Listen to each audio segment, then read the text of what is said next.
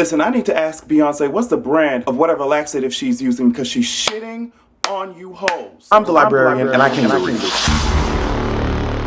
AdrianExpression.com, I cannot stress it enough. A lot of things are in the pot. Something is stirring, sis. Pay attention. I wanted to discuss Kanye West and his busted wide open built ass cheeks. Kanye, I'm not talking about the solar system when I say that all of Twitter and social media is talking about your Uranus. And it serves your ass, no pun intended, right the way that you went on this ridiculous Twitter rant, thinking that just because Wiz Khalifa tweeted the letters KK that he was talking about your wife. And then you kept going saying that you owned Wiz Khalifa's son simply because your ass was with Amber first or previously. That's not how science works, sis. Just because you are with someone else doesn't mean you automatically own whatever else happens in their lives. You tried it, I denied it, and I had to walk right on by it. A lot of you men view women as property and they can't flourish outside of you. Some of you niggas are tripping and slipping, but it's about time that you get a grip. And he went on talking about, as usual, how he's the best artist ever to walk the earth. That's a lesson to everyone. Don't ever get too cocky because life will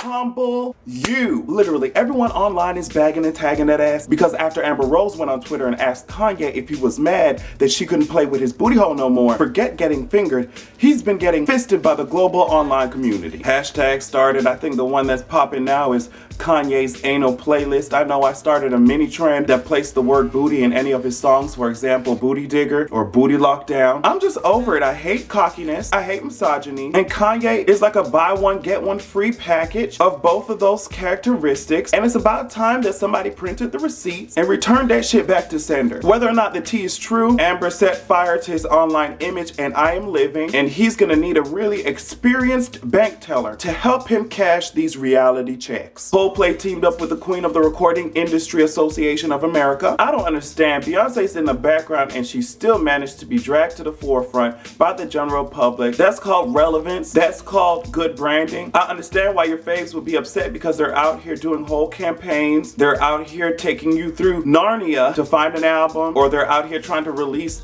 secret surprise albums, or some of y'all faves can't even get a hold of an album or convince the labels to spend money to help them create a music video. Some of your faves are just stuck in some contracts. Some of your faves are barely selling 30,000 copies of their albums within the first week. Your faves are releasing buzz singles that create no buzz. Beyonce's doing background vocals without really even getting her name put as featuring Beyonce on the track, and she's still more relevant. I would understand why you'd be mad. She was out here serving you guys Indian goddess teas.